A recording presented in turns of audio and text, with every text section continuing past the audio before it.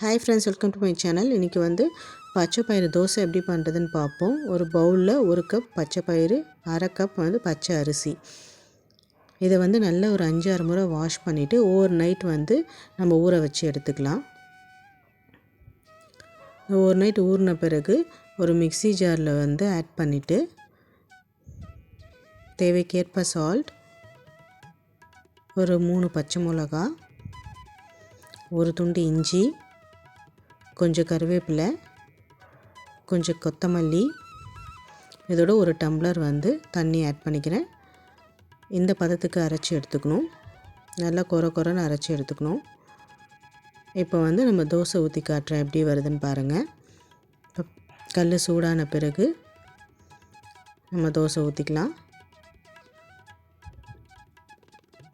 இது நல்ல கிறிஸ்பியாக வரும்.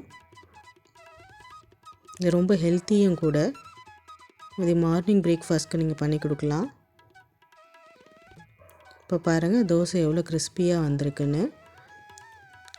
இந்த ரெசிபி பிடிச்சிருந்தால் லைக் பண்ணுங்கள், ஷேர் பண்ணுங்கள், கமெண்ட் பண்ணுங்கள். சேனலை சப்ஸ்கிரைப் பண்ணிக்கோங்க ஃப்ரெண்ட்ஸ். தேங்க்ஸ் ஃபார் வாட்சிங்.